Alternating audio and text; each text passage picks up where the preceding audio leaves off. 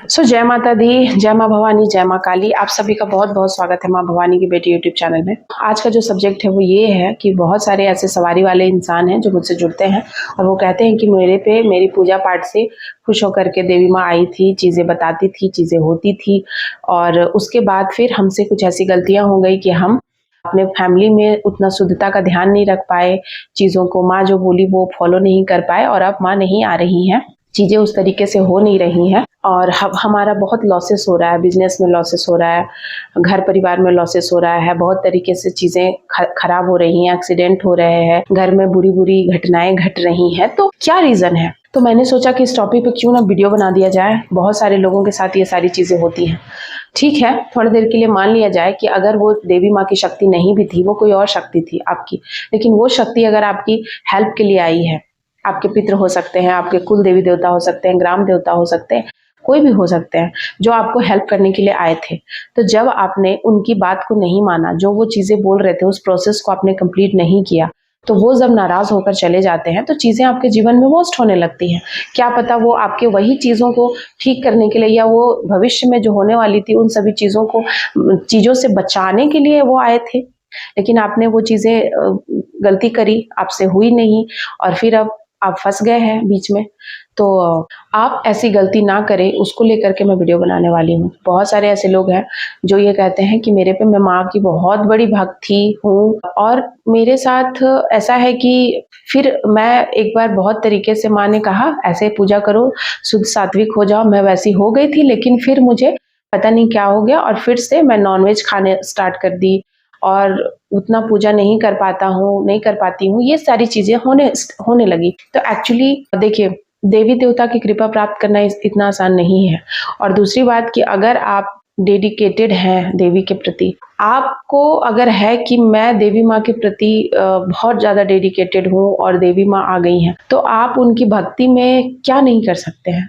भक्ति और प्रेम में इंसान क्या नहीं कर देता है, तो फिर आप ये बहाना क्यों बनाते हैं? सॉरी टू से, हो सकता है कि मेरी बातों का बुरा लग जाए आपको। आप क्यों ये बात बोलते हैं कि उसने ऐसा मुझे करवा दिया, उसने ज़बरदस्ती खिला दिया, उसने मुझे पकड़ कर ये बनवा दिया, मुझे कह दिया कि तुम ये ज़रूर खाओ, नहीं खाओगे तो बहुत कुछ हो जाएगा, ये सारी चीज़ें इस लेवल पे।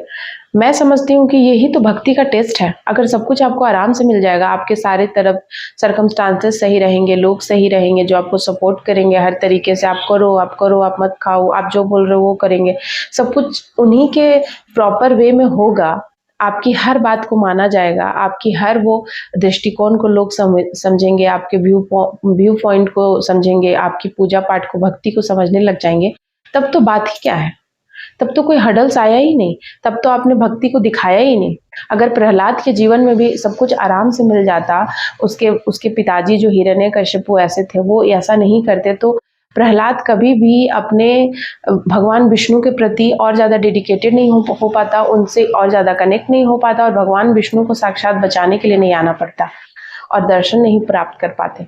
तो ये सारी चीज़ें होती हैं। तो भक्त और भगवान का जो संबंध है ना, भक्ति प्रेम से होता है और प्रेम में कोई दूसरों की जगह नहीं होती है। जब आप भगवान से प्रेम कर रहे हैं तो उसमें कोई तीसरा आ नहीं सकता है, कोई कूद नहीं सकता है आपके और उनके बीच। बस मैं इतना ही जानती हूँ, आपके और उनके बीच कोई नहीं कूद सकता है। लाख लोग षड्यंत्र रच ले, साजिशें कर ले आपको गिराने के लिए, आपकी पूजा को खराब करने के लिए, लेकिन अगर आपका पवित्र भाव है, आप शुद्ध भाव से आपने भक्ति करी है देवी माँ की, तो कोई नहीं है दुनिया में जो आपको डिगा सकता है, हरा सकता है, कोई नहीं है।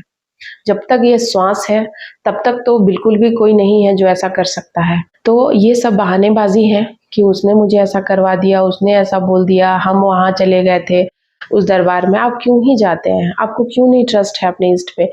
आपको अपने इष्ट पे क्यों नहीं ट्रस्ट है? आप अपने इष्ट, जब आपके इष्ट आपको गाइडेंस दे ही रहे, आप क्यों नहीं फॉलो कर रहे हैं? जब वो कह रहे हैं कि आप ये पूजा करो, जब वो कह रहे हैं कि ये रिचुअल्स करो, आप नहीं करते हैं। ठीक उसी प्रकार से बहुत लोग गुरु की भी बात नहीं मानते हैं।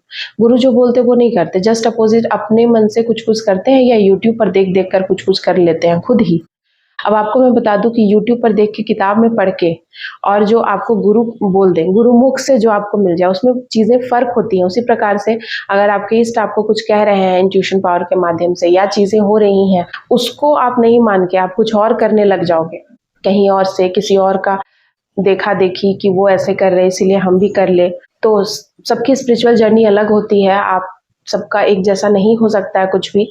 तो आप दूसरों का देखा देखी बिल्कुल मत करिए, आप खुद की बात सुनिए, खुद के इष्ट की बात सुनिए।